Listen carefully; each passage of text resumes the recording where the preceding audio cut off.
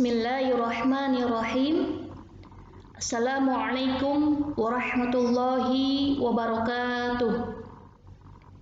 Bagaimana kabar teman-teman mahasiswa IKT Ilmu Al-Quran dan Tafsir Fakultas Usuluddin semester 1 yang sekarang melaksanakan perkuliahan online? Mudah-mudahan teman-teman semua selalu dalam keadaan sehat walafiat dan dilindungi oleh Allah Subhanahu wa Ta'ala dimanapun teman-teman berada. Teman-teman, hari ini kita akan melanjutkan perkuliahan setelah kemarin kita memahami tentang apa itu filsafat ilmu, ya. Baiklah, untuk mengawali perkuliahan hari ini, mari kita awali dengan membaca basmalah bersama-sama. Bismillahirrahmanirrahim. Teman-teman yang saya banggakan, hari ini tema atau kajian yang akan dibahas atau didiskusikan bersama yaitu tentang dasar-dasar pengetahuan. Ya, ini saya bilang kemarin bahwa filsafat ilmu itu adalah ilmu yang mengkaji tentang hakikat kebenaran dari suatu ilmu, ya, baik ditinjau dari aspek ontologis, epistemologis maupun aksiologisnya. Nah, sekarang kita akan lanjutkan apa sih dasar-dasar pengetahuan, bagaimana nanti kita memperoleh pengetahuan itu caranya bagaimana. Nah, ini penting ya teman-teman ya. Oke. Hari ini kajiannya yang pertama di sini saya akan menjelaskan tentang apa itu pengetahuan, ya, apa itu ilmu atau pengetahuan, ya. Yang kedua, kenapa sih harus punya pengetahuan atau punya ilmu, ya. Yang ketiga, kegunaan dari pengetahuan. Yang keempat, modal apa yang harus dimiliki oleh manusia agar pengetahuan terus berkembang.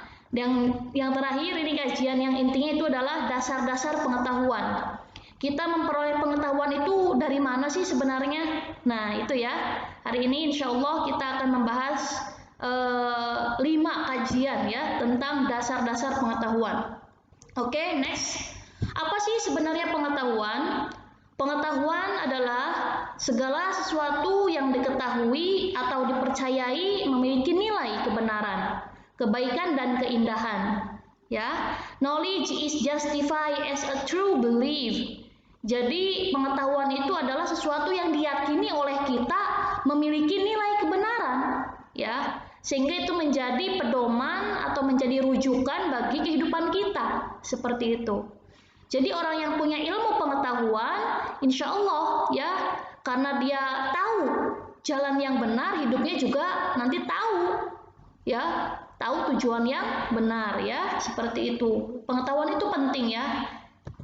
Nah, kenapa sih sekarang manusia kita ya dan mahasiswa terutama kenapa butuh pengetahuan? Karena kita sebagai manusia itu membutuhkan pengetahuan ya, karena dalam proses hidup ya kita membutuhkan pedoman hidup atau way of life ya. Apalagi ini mahasiswa IKT ya, ilmu Al-Quran dan tafsir. Kita ketahui bahwa Al-Quran itu adalah pedoman bagi hidup. Nah, Al-Quran yang sifatnya normatif atau ajaran-ajaran yang datang dari agama ya, dari Allah, itu bisa tidak disaintiskan atau diilmiahkan seperti itu, sehingga bisa aplikatif ya. Norma-norma yang ada dalam Al-Quran itu bisa lebih normatif ya, seperti itu, lebih bisa diaplikasikan seperti itu ya.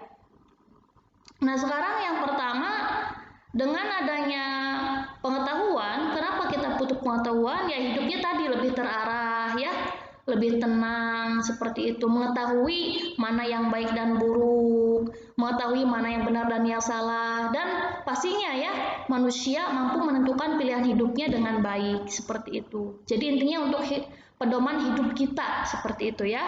Next. Nah, kegunaan pengetahuan, apa sih di sini kegunaan pengetahuan? Yang pertama, pengetahuan itu berguna untuk kelangsungan hidup kita di bumi ya. Kalau tidak punya pengetahuan, ya nanti kita hidupnya itu tadi ya akan sempit, akan tidak tahu jalan ya. Jadi itu penting untuk keberlangsungan hidup kita. Contohnya aja ya, misal kita nggak tahu jalan mau ke, misal ya, ke pasar. Kalau nggak tahu itu kan kita bingung mau kemana ya, ininya jalannya gimana ya, seperti itu, rutenya kemana. Nah seperti itu. Dalam hidup kita juga punya tujuan. Misal tujuannya itu mencari ridha Allah. Nah untuk mencapai ridhonya Allah, ini bagaimana caranya? Yaitu dengan pengetahuan ya. Pengetahuannya nanti kita dapatkan dari pengalaman dan sebagainya, nanti itu slide selanjutnya ya.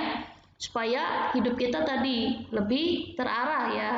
Jadi ini untuk keberlangsungan hidup.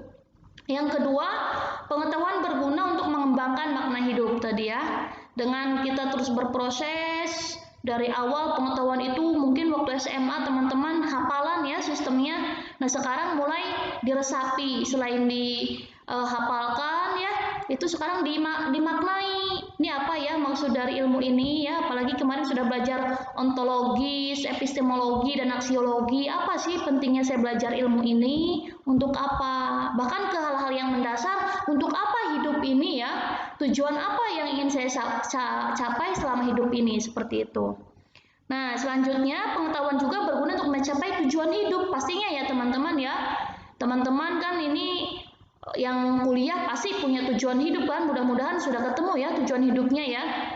Ada yang mungkin ingin jadi ustazah ya, atau jadi guru, atau jadi dosen. Kemarin saya tanya ada yang ingin jadi dosen dan sebagainya. Nah itu tujuan hidup itu ya tadi harus dicapai ya, salah satu medianya atau sarananya itu dengan pengetahuan itu ya. Terus yang terakhir, pengetahuan juga berguna supaya kita punya self control atau kontrol diri ya, sehingga hidup kita tadi lebih mudah dan terarah, dan insya Allah on the right track, di jalan yang lurus ya, seperti itu. Nah sekarang sumber pengetahuan ya teman-teman. Yang pertama itu ada empiris ya. Empiris itu apa Bu maksudnya? Sumber pengetahuan kok empiris? Ya berarti pengetahuan itu didapatkan dari pengalaman. Ya, teman-teman misal pernah disakitin ya, lagi lagi suka sama seseorang tapi dia kok menyakiti, mengalami, ternyata rasa sakit ya, ternyata disakiti itu atau dikhianati itu sakit rasanya. Itu kan tidak akan pernah tahu rasanya sakit kalau tidak pernah mengalami. Sama dengan manisnya, mengetahui atau merasakan manisnya atau indahnya belajar. Kalau teman-teman tidak belajar ya, kemarin saya bilang bahwa kalau kita terus belajar ya, mudah-mudahan nanti ada pencerahan, ada insight seperti itu ya, sehingga nanti merasa ini ya, ketika dulu saya kuliah itu saya nggak tahu apa-apa, sekarang sudah tahu. Nah itu dari pengalaman ya, pengalaman ya. Ini biasanya pengalaman itu dari apa yang kita alami ya, dialami langsung. Nah biasanya logika yang digunakan untuk menarik kesimpulan pengetahuan yang sumbernya dari pengalaman itu dengan menggunakan logika induktif. Nanti untuk logika induktif dan deduktif nanti saya jelaskan lagi untuk pertemuan selanjutnya ya. Ini hanya hanya dasarnya aja. Bahwa ketika seseorang meneliti nanti ya berdasarkan fakta-fakta di lapangan ya teman-teman, nanti ketika meneliti ya buat makalah atau apa, itu ada ini ya, ketika kita mengalami, misal nih saya melihat bahwa kambing punya mata, saya juga melihat bahwa kucing punya mata, saya melihat juga bahwa ayam juga punya mata. Nah itu kita simpulkan bahwa ternyata hewan itu memiliki mata. Nah itu kan pengalaman ya. Nah itu nanti logika yang digunakan adalah logika induktif namanya.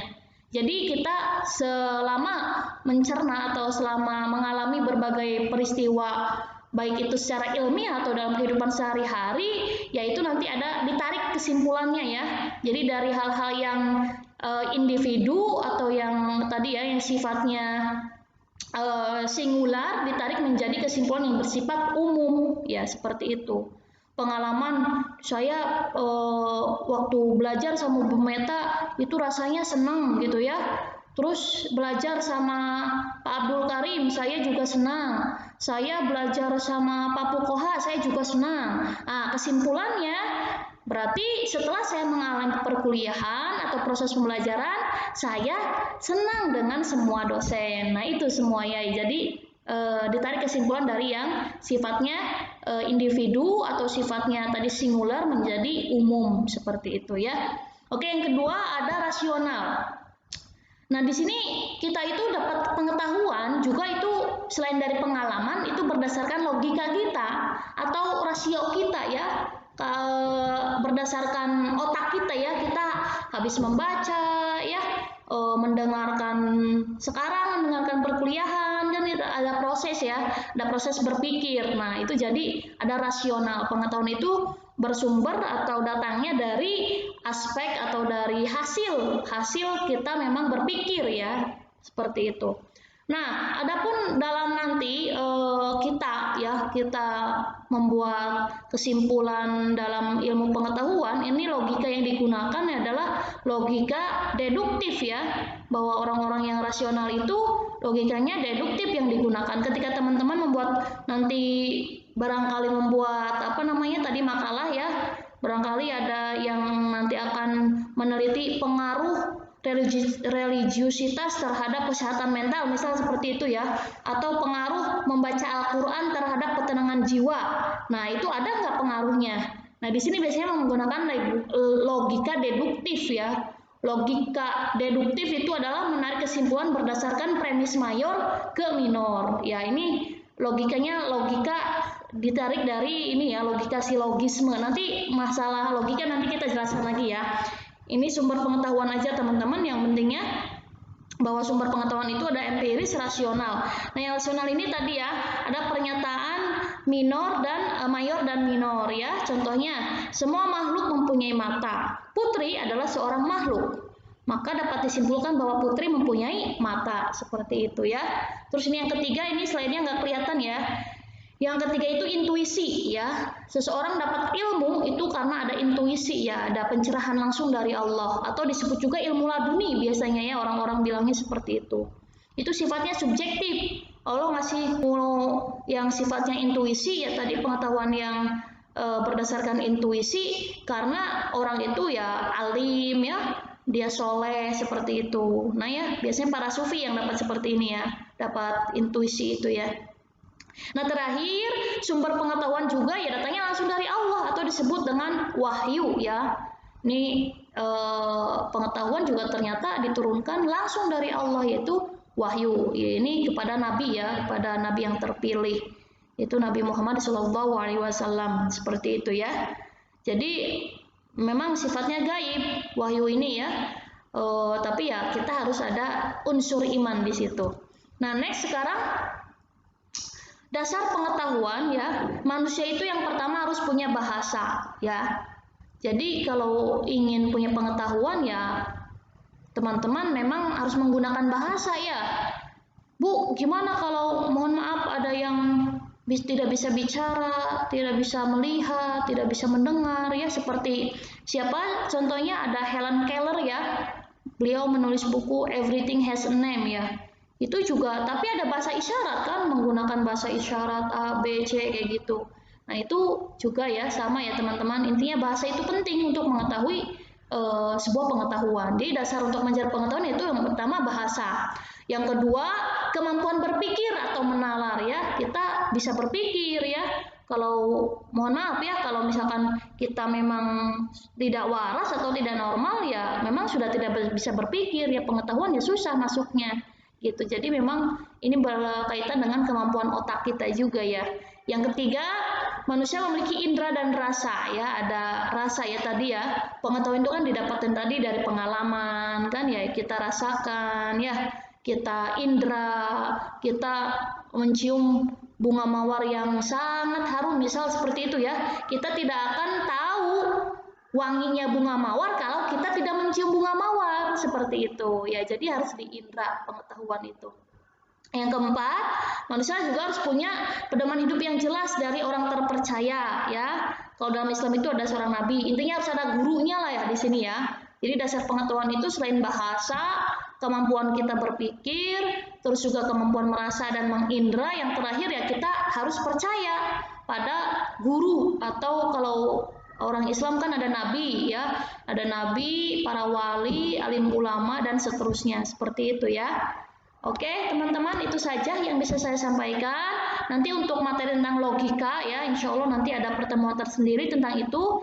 Jadi yang bisa saya sampaikan hari ini yaitu tentang dasar-dasar pengetahuan. Bahwa pengetahuan itu sangat penting bagi kita semua ya teman-teman. Karena apa? Karena tadi dengan pengetahuan hidup kita lebih mudah, lebih terarah. Jadi jangan lupa untuk terus semangat mencari ilmu atau mencari pengetahuan. Karena itu nanti akan membimbing kita ya, membimbing kita menuju kehidupan yang lebih baik ya teman-teman. Seperti itu ya.